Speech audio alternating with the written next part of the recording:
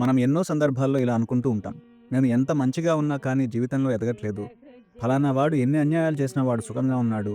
లేదా మంచికి ఇవి రోజులు కాదు అని. కానీ ఈ మాట 200 సంవత్సరాల క్రితమే శేషప్ప కవి వారు రాసిన నృసింహ శతకంలో ఒక అద్భుతమైన పద్య రూపంలో భగవంతుడికి ఇలా మొరబెట్టుకున్నారు.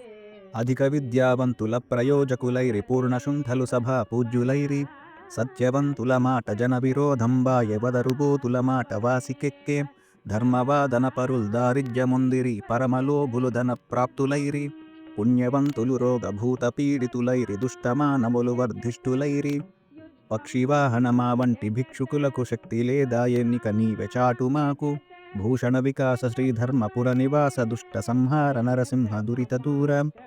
అంటే స్వామి ఎంతో కష్టపడి చదువుకున్న వారేమో ఇబ్బందులు పడుతున్నారు, ఎందుకు పనికిరాని వారేమో అందరి చేత మన్ననలు పొందుతున్నారు, తల బాదుకొని నిజం మాట్లాడేవాడిని జనాలు శత్రువుగా చూస్తున్నారు, పచ్చి అబద్ధాలు ఆడేవాడినేమో మెచ్చుకుంటున్నారు, దానాలు చేస్తూ ధర్మబద్ధంగా బతికేవారు కష్టపడుతూ ఉంటే పిల్లికి కూడా బిచ్చం పెట్టని వారు ధనంలో మునిగి తేలుతున్నారు, మంచి పనులు చేసేవారేమో రోగాలతో బాధపడుతూ ఉంటే అన్యాయాలు చేసిన వాళ్ళు మాత్రం వర్ధిల్లుతూ ఉన్నారు.